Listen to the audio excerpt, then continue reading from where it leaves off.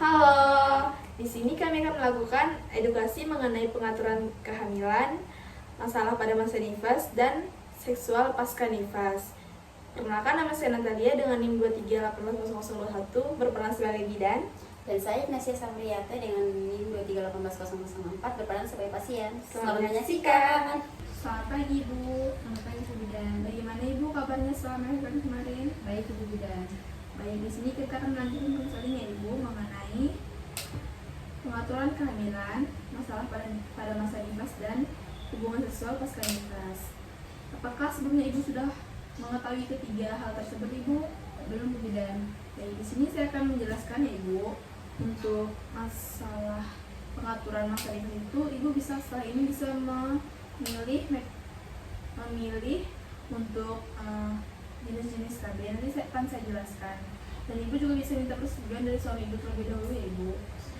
Untuk masalah pengaturan kehamilan itu atau keluarga berencana adalah upaya untuk mengendalikan jumlah anak, jarak kehamilan, dan usia ibu yang tepat untuk melahirkan.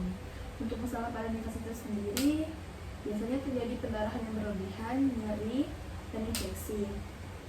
Sedangkan seksual pada masa nifas itu sendiri biasanya itu bisa dilakukan pada saat 6 minggu setelah ibu menjalani masa nifas.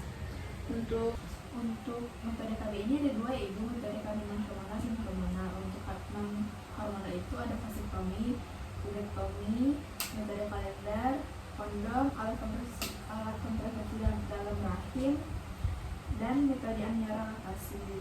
Untuk vasektomi dan urektomi ini efek sampingnya bersifat permanen dan bisa menyebabkan infeksi. Untuk keuntungan itu sendiri tidak mempengaruhi proses memproduksi ASI dan tidak mempengaruhi tingkat kegairan seks. Untuk alat kontrasepsi dalam rahim ini, efek sampingnya adanya pengeluaran banyak darah dan biasanya terjadi kram pada perut ibu. Untuk kelebihannya tahan lama bertahun-tahun dan sangat efektif ya ibu. Untuk metode kondom, ini tidak ada efek sampingnya karena ini alami dan ini bisa melindungi dari infeksi di luar seksual dari pasangan ibu. Selanjutnya metode Aniara lakasi. Aniara lakasi ini tidak ada efek samping sebenarnya, tapi dia ini hanya efektif selama 6 bulan pertama saja. Selanjutnya ada metode kalender. Metode kalender ini tidak ada efek sampingnya, tapi tingkat kegagalnya itu sangat tinggi ibu karena ini juga tergantung siklus perubahan hormon menstruasi ibu sendiri. Sedangkan yang hormonal ini terdapat dua, yaitu KB implan dan menipil. Untuk implan itu sendiri ini praktis dan sangat efektif digunakan.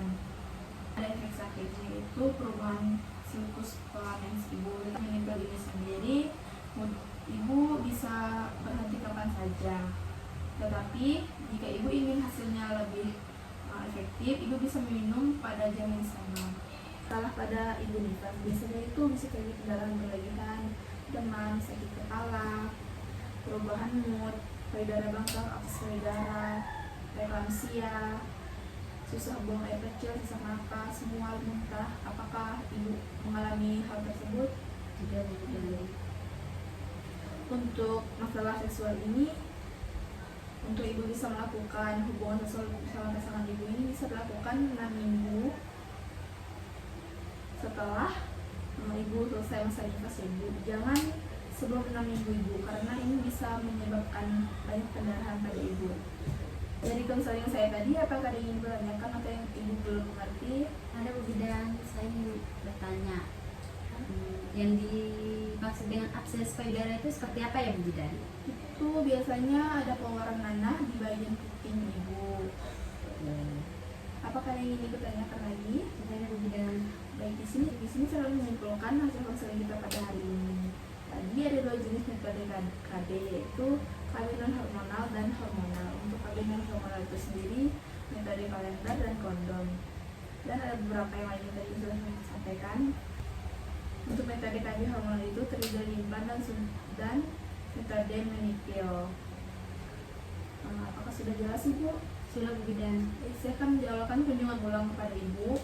Ibu bisa datang 2 minggu pada tanggal 23 Juni di jam yang sama ya Ibu.